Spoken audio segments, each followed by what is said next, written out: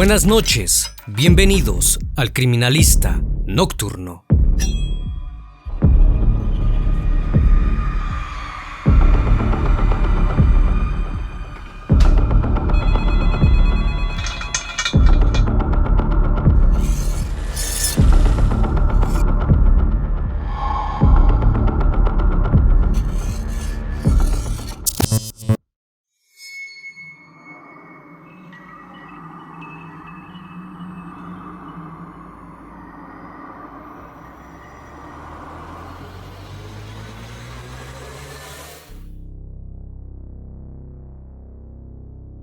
El 10 de noviembre de 1993, Teresa Knorr se encontraba en un departamento de Salt Lake City, en Utah. Estaba preparándose para huir cuando el sargento John Fitzgerald llamó a su puerta.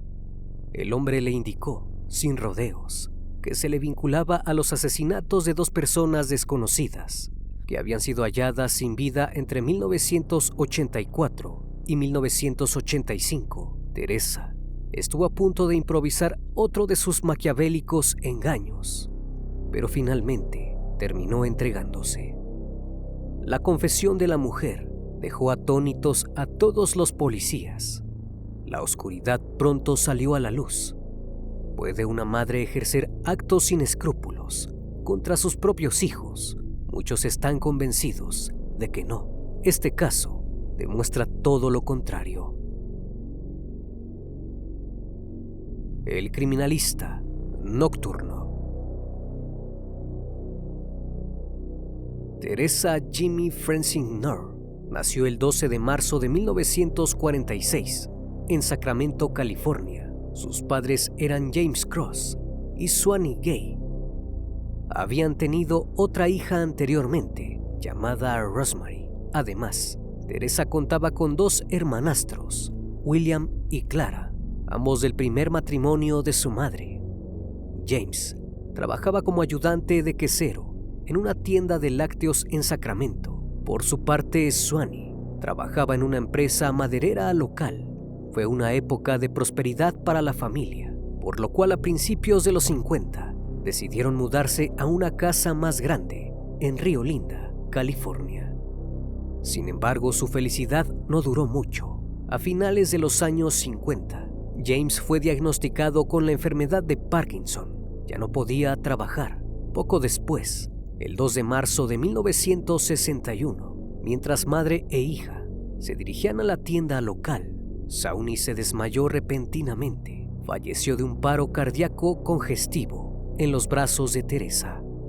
Luego de esas desgracias, la casa de la familia tuvo que ser vendida. Teresa se encontraba muy deprimida. Solo quería salir de su hogar.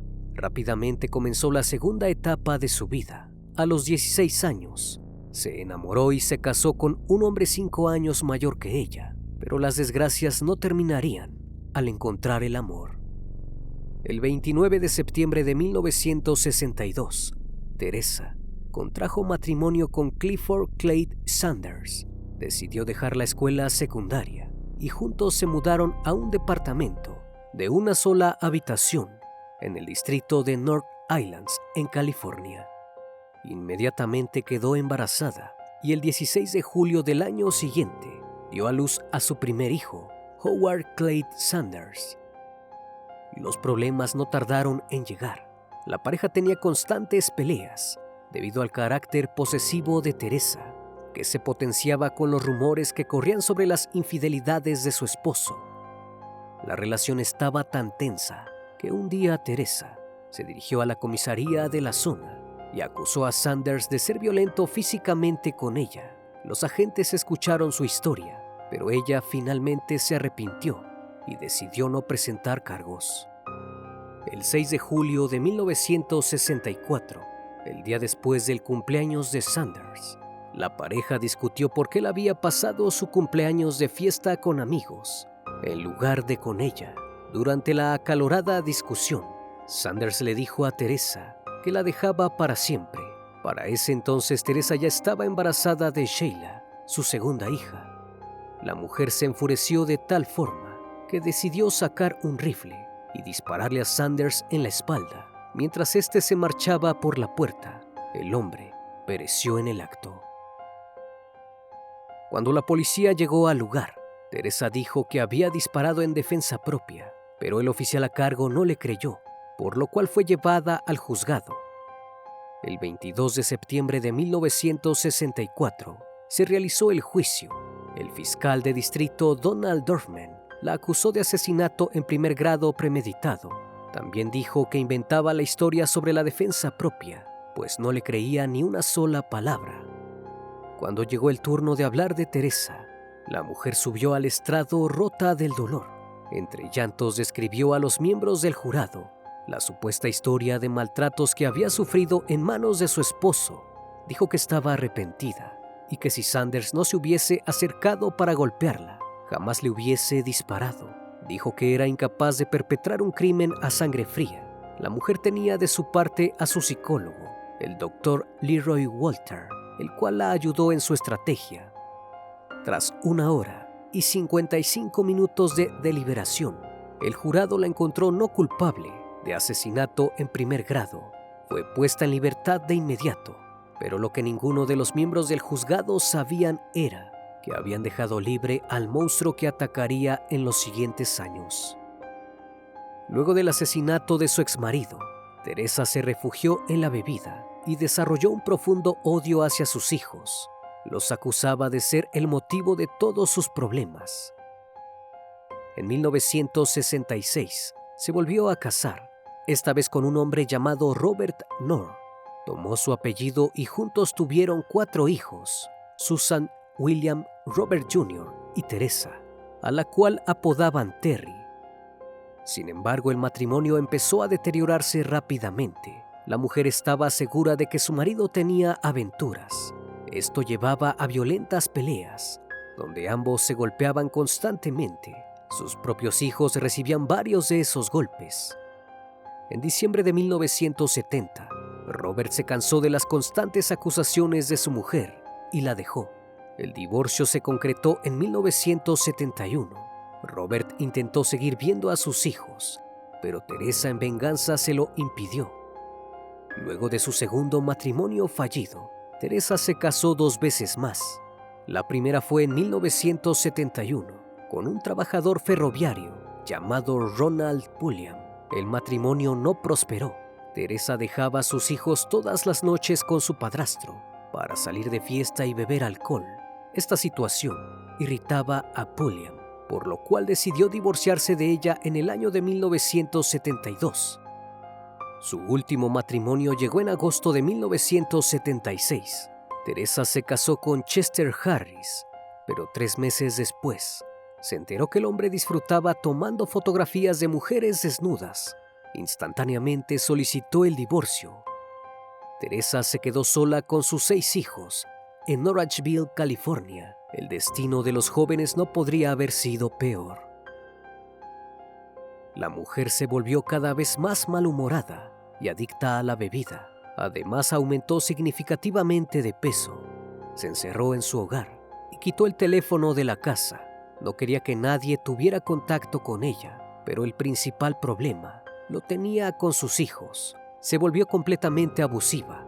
Les decía constantemente que eran niños malvados y semillas del diablo. Además, les prohibía recibir visitas.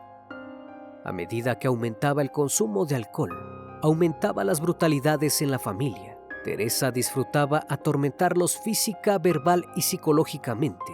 A veces los obligaba a sentarse en el suelo de la cocina sin moverse. Si siquiera osaban parpadear, eran disciplinados con golpes y bofetadas. También se divertía lanzándoles cuchillos de cocina o encerrándolos en habitaciones. La violencia escaló al punto de ponerle un arma calibre 22 en la cabeza a Terry en forma de amenaza. Luego de eso, Terry sufrió de constantes pesadillas por largo tiempo. Cuando Howard, el mayor de los hijos, se marchó, la familia se mudó a un departamento de 2 habitaciones en Sacramento. Según los vecinos, el departamento estaba sucio y olía a orina. Además, a todos les llamaba la atención que las pocas veces que podían ver a los niños, estos parecían estar temerosos y muy nerviosos. Los maltratos nunca cesaron. Teresa siguió golpeando, alimentando a la fuerza y quemando con cigarrillos a sus hijos. Además, disfrutaba de hacer que sus hijos se sujetaran entre sí mientras los agredía, como si quisiera hacerlos cómplices. Pero la realidad es que a pesar de maltratar a todos, Teresa tenía un odio especial por dos de sus hijas, Susan y Sheila. Envidiaba su juventud y su belleza. El rencor entonces escalaría hacia el punto más alto. Teresa estaba convencida de que Susan había sido poseída por el diablo y le lanzaba hechizos para hacerla engordar. Como castigo, cocinaba grandes ollas de pasta con queso y obligaba a su hija para comer excesivamente para que engordara como ella. Primero la sentaba en el piso de la cocina, luego le apoyaba la olla ardiente sobre las piernas desnudas para quemarla. Hacía caso omiso a los gritos de ayuda. Se quedaba supervisando que la chica terminara la olla entera. Pero un día, Susan se cansó y escapó de casa. Corrió a la comisaría más cercana y denunció a su madre ante la policía local. Relató una a una las atrocidades que Teresa les hacía a ella y a sus hermanos. Pero cuando los policías fueron a buscarla, Teresa alegó que todo era mentira. Incluso dijo que Susan tenía problemas mentales y necesitaba de ayuda psiquiátrica. Las autoridades le creyeron y devolvieron a Susan al poder materno, pero la situación no terminó ahí. Susan fue castigada con una fuerte paliza de parte de su madre. La mujer compró unos guantes de cuero y obligó a sus hermanos a golpearla en el estómago, mientras se pasaban los guantes uno por uno. Si no la golpeaban lo suficientemente fuerte, tenían que hacerlo una vez más. Teresa también agarró los guantes en más de una ocasión. La golpiza tuvo como consecuencia un tumor ovárico y múltiples hemorragias internas en el cuerpo de Susan, pero eso no fue suficiente. La segunda etapa del castigo consistió en el confinamiento. Teresa esposó a Susan en su cama. Sus hermanos fueron obligados a guardar vigilancia en la puerta y a alimentarla 2 veces al día. Al principio Susan gritaba de dolor, pero con el tiempo fue apagándose. Su madre estaba convencida de que el castigo la había hecho reflexionar y no volvería a escapar. Decidió liberarla del encierro. Eso sí, tenía prohibido ir a la escuela o a cualquier otro lugar donde pudiese contar lo ocurrido. La mujer siguió convencida de que Susan practicaba brujería para hacerla ganar peso. Susan siempre lo negó, hasta que un día Teresa no aguantó más y estalló en un ataque de ira. Tomó su arma, apuntó cuidadosamente y le disparó en el pecho a su hija. La bala no asesinó a Susan, sino que atravesó su cuerpo, quedando alojada en su espalda. Acto seguido, Teresa comenzó a preocuparse. Alguien podría haber escuchado el disparo. Con miedo a que llegara la policía, ordenó a sus hijos que tomaran el cuerpo de su hermana y lo metieran en una bañera. Allí le limpió la herida y la curó con vendas y gasas. Las hermanas de Susan se turnaron para bañarla y alimentarla. Finalmente se recuperó. Sin embargo, la relación entre madre e hija no mejoró. Tiempo después volvieron a discutir. Teresa agarró un par de tijeras y apuñaló a Susan en la espalda. Las heridas fueron graves, pero no mortales. En el año de 1984, al cumplir los 18 años, Susan pidió permiso para mudarse. Sorprendentemente, su madre estuvo de acuerdo, pero puso una condición. La bala que había quedado alojada en su espalda debía ser removida. Susan accedió. Haría lo que sea por abandonar la terrible casa en la que vivían. Para realizar la operación, Teresa drogó a su hija con pastillas y alcohol. Susan quedó inconsciente por un largo tiempo. Luego obligó a sus hijos varones a ayudarla en la cirugía. Le dio un cuchillo de cocina a Robert, que en ese entonces tenía tan solo 15 años. A los gritos, los obligó a cortarle la espalda a su hermana para extraer la bala. Seccionó varias capas de piel y tejido muscular. Luego usó sus dedos para buscar dentro y alrededor de la herida, hasta que pudo localizar la bala y extraerla. Al día siguiente, Susan despertó gritando y llorando por el dolor que sentía. Teresa le dio antibióticos y whisky para que se callara, pero nada resultó. Con el correr de los días, se le tornaron los ojos amarillos. Ya no era capaz de controlar sus intestinos. El 16 de julio de ese año, Teresa se hartó de escuchar los gritos de dolor de Susan y decidió pegarle una cinta adhesiva en la boca y atarla de manos y pies. Juntó todas las pertenencias de su hija en bolsas de basura y pidió a sus hijos William y Robert que pusieran a la joven en el auto. Manejaron hasta llegar cerca de un puente. Allí, Teresa hizo bajar a sus hijos y les ordenó que sacaran a Susan del auto y la recostaran en el suelo. Susan seguía gritando, pero nadie podía escucharla. No podía creer lo que estaba viviendo. Teresa tomó un bidón lleno de gasolina y roció el líquido sobre todas las cosas de Susan. Luego bañó a su hija con el carburante, mientras Susan se movía inútilmente en el piso intentando escapar. Teresa encendió un cerillo y se lo arrojó. Susan se quemó viva. Su madre y sus hermanos la miraron sin mostrar ningún remordimiento. Luego todos subieron al coche, sin mediar palabra y sin mirar atrás. Pero este no fue el fin de los horrores. A pesar de que Teresa recibía dinero de su pensión, decidió que la casa necesitaba más dinero. Entonces, obligó a su hija Sheila a venderse. La chica se opuso totalmente a la decisión de su madre, pero no se atrevió a desobedecerla. Temía terminar igual que Susan.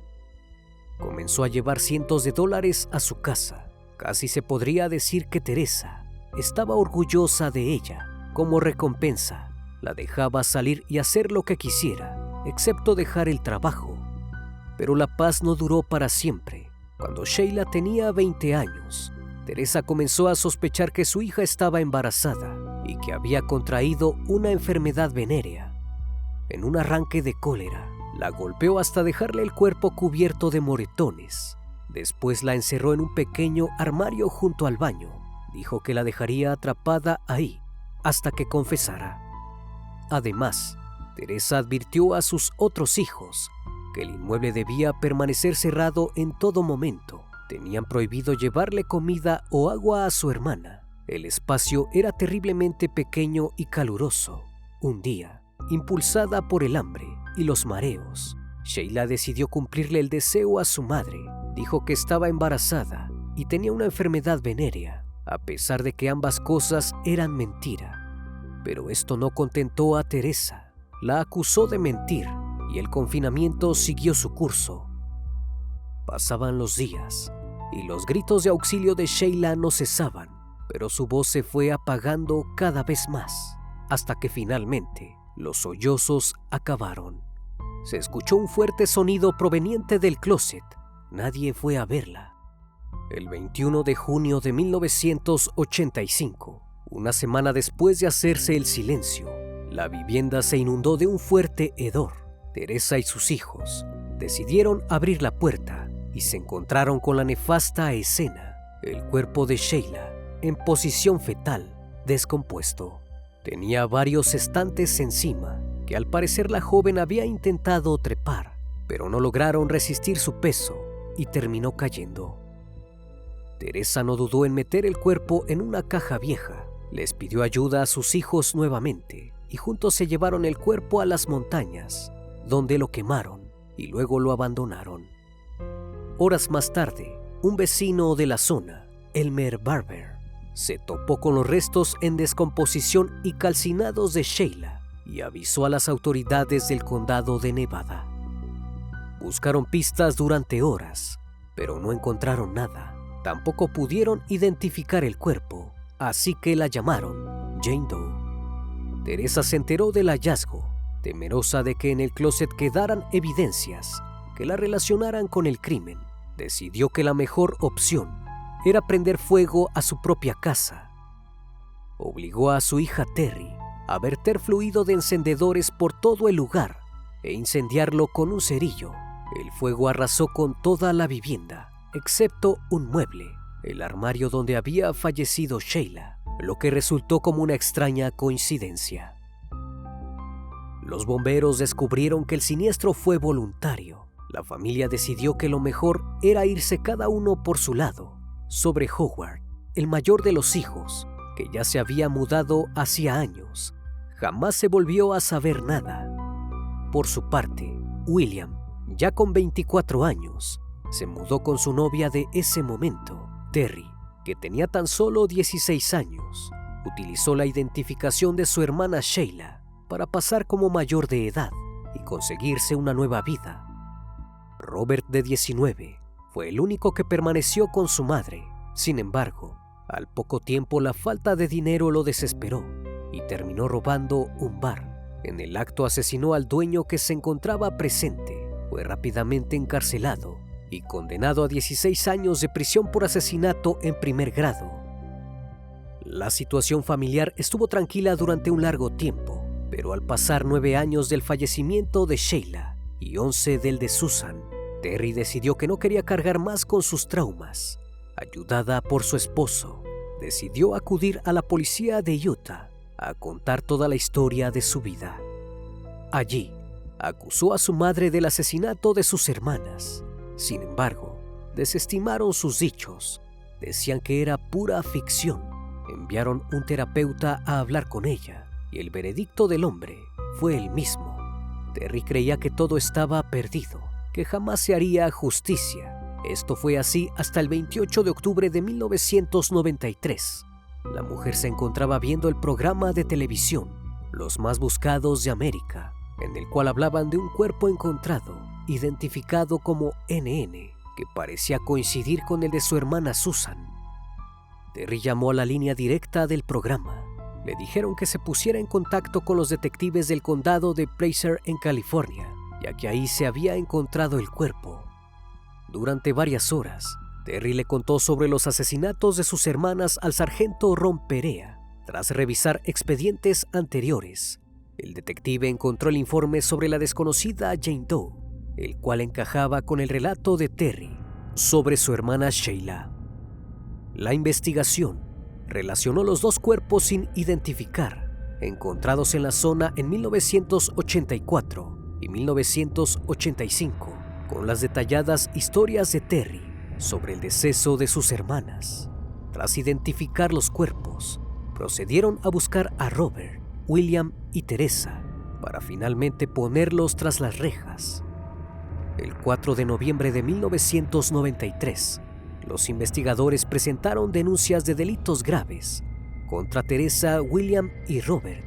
Robert fue rápidamente encontrado en una cárcel del condado de Nevada. William, por su parte, fue arrestado en un tranquilo suburbio de Sacramento. Al principio, ambos se resistieron al interrogatorio, pero luego confesaron sobre su papel en los asesinatos de sus dos hermanas.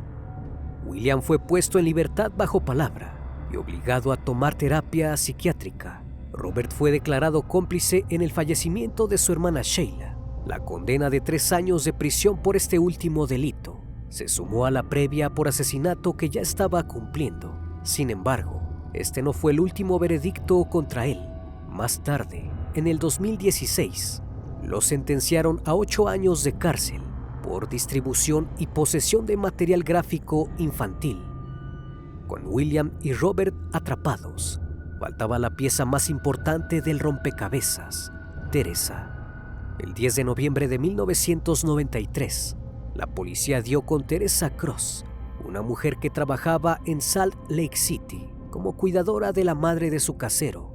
Era la misma Teresa Knorr, solo que ahora utilizaba su apellido de soltera. Había sido arrestada por conducir ebria tan solo 5 días antes.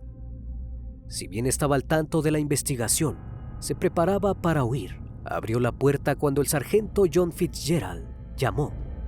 El 15 de noviembre de 1993, Teresa Knorr fue acusada de asesinato, conspiración para asesinar, asesinato múltiple y asesinato por tortura. Este último podría haberle valido la pena capital. En una primera instancia, Teresa se declaró inocente. No obstante, cambió de opinión cuando se enteró de que Robert había llegado a un acuerdo con la fiscalía, testificando en su contra a cambio de una sentencia más leve. Finalmente, la mujer se declaró culpable, con la condición de que se le evitara la pena capital. El 17 de octubre de 1995, Noor fue condenada a 2 cadenas perpetuas consecutivas. Posee la posibilidad de salir bajo libertad condicional en el año 2027. De sobrevivir, para ese entonces, tendría 80 años. Según la escala que desarrolló el Dr. Michael Stone y que se conoce como índice de maldad, Teresa está en la categoría 22, la más alta de dicha escala. La misma describe a asesinos, psicópatas y torturadores. Una vez más, estimado público, agradezco su compañía. Gracias por brindar un espacio de su tiempo para conocer un caso más de este canal. Si aún no estás suscrito, te hago la cordial invitación a que lo hagas y formes parte de esta gran comunidad. Esto es El Criminalista Nocturno. Hasta la próxima emisión. Buenas noches.